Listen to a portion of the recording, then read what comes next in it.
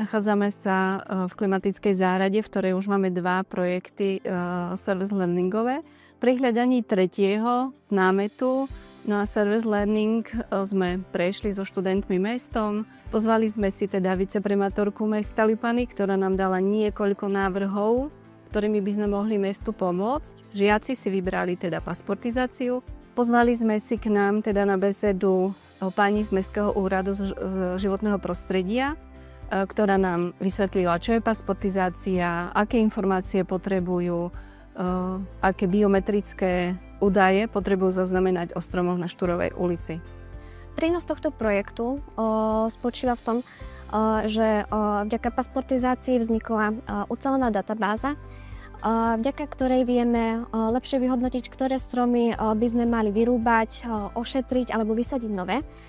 A taktiež projektom sme rozšírili povedomie okolia spoločnosti o dôležitosti starať sa o životné prostredie. V rámci takého voľného dňa som pozerala von oknom, pretože máme veľmi peknú zelenú ulicu.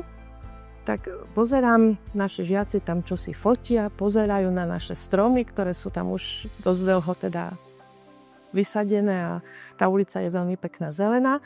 Tak som sa ich potom opýtala vlastne, čo tam robili a prečo to tak nejako skúmali.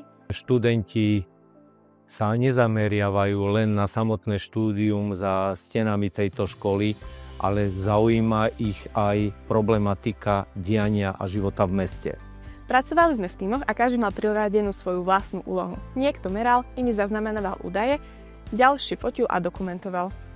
Spoluprácu sme tak dokázali efektívne a rýchlo zaznamenať všetky potrebné údaje, ktoré som následne spracovala do excelovských súverov, aby boli prehľadne zoradené a pripravené na ďalšiu prácu.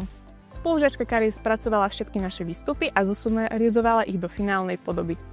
Takto sme si mohli uľahčiť rozdelením svoju prácu a každý pridal svoju ruku k dielu. V rámci projektu pasportizácie sme vytvorili plagáty, ktoré môžete nájsť na stránke mesta.